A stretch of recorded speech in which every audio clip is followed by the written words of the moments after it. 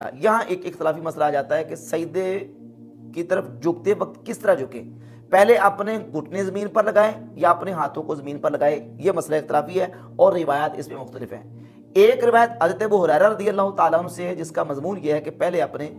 हाथों को ज़मीन पर और बाद में घुटनों को, और इस तरह ना बैठो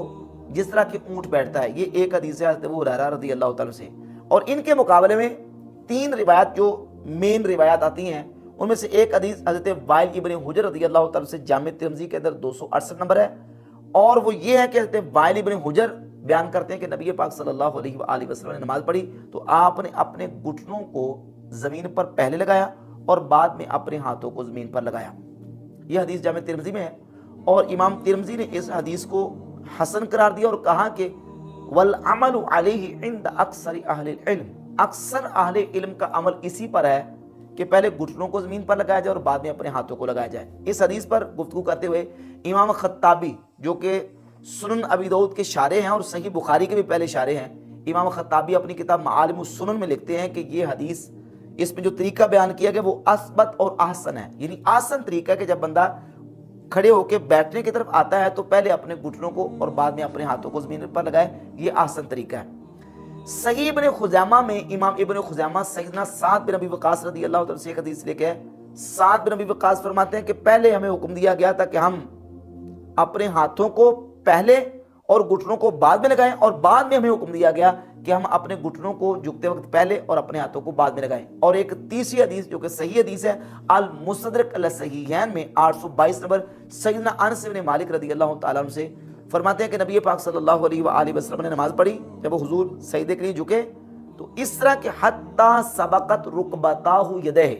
हत्ता कि आप सल्लल्लाहु अलैहि वसल्लम के घुटने अपने हाथों से सबकत ले गए, यानी पहले घुटने ज़मीन पर लगे और फिर आपके हाथ ज़मीन पर लगे। इमाम हाकिम ने इस हदीस को सही कहा और इमाम ज़हाबी ने भी इस हदीस को सही करा दिया।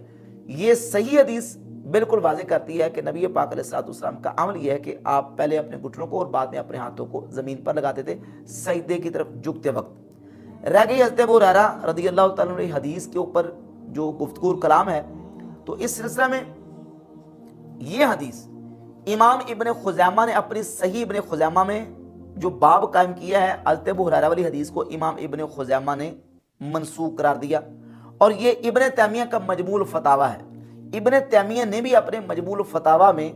हज़रत अबू हुरैरा की हदीस को मनसूख करार दिया। इब्नुल क़य्यिम अल जौज़िया जो कि इब्न तैमिया के शागिर्द हैं, उनकी किताब है ज़ादुल मआद, उसमें सफ़ा नंबर 71 पे हज़रत अबू हुरैरा की हदीस को मनसूख करार दिया गया। और इसके और कई एक तकरीबन 10 जवाबात इब्नुल क़य्यिम अल जौज़िया ने अपनी किताब ज़ादुल मआद के अंदर दिए हैं। एक उनमें से जवाब ये दिया है कि ये जो हदीस है ये मक़लूब है, यानी इस हदीस का आगे और पीछे वाला हिस्सा आपस में मिक्स हो गया, क्योंकि इसमें हदीस में ये कहा गया कि ऊंट के बैठने की तरह ना बैठो, ऊंट के बैठने की तरह ना बैठो। और पिछला हिस्सा जो कह रहा है कि पिछले हिस्से में ये तालीम दी जा रही है कि पहले हाथ रखने और बाद में घुटने, और ऊंट के बैठने की तरह ना बैठो, जबकि ऊंट तो बैठता ही ऐसे है कि वो पहले अपने हाथ रखता है यानी अगले वाला हिस्सा और बाद में अपने घुटने टेकता है। तो ऊंट के बैठने की तरह ना बैठो, ये तो हदीस का अगला हिस्सा पिछले वाले हिस्से के खिलाफ है, या पिछला हिस्सा अगले वाले हिस्से के खिलाफ है, तो ये हदीस मकलूब है। इसके अंदर जो ना वो किसी रावी से वहम हो गया। इब्न क़य्यिम अल जौज़िया ने ज़ादुल मआद के अंदर लिखा है कि किसी रावी का इसके अंदर वहम है, जिसकी वजह से ये हदीस जो है ना आपस में इसका अगले वाला हिस्सा बाद वाले हिस्से के साथ मिक्स हो गया। तो सुन्नत तरीका यह है कि अपने पहले घुटने ज़मीन पर लगाए जाएं और बाद में अपने हाथों को लगाया जाए, उसके बाद सजदा होगा।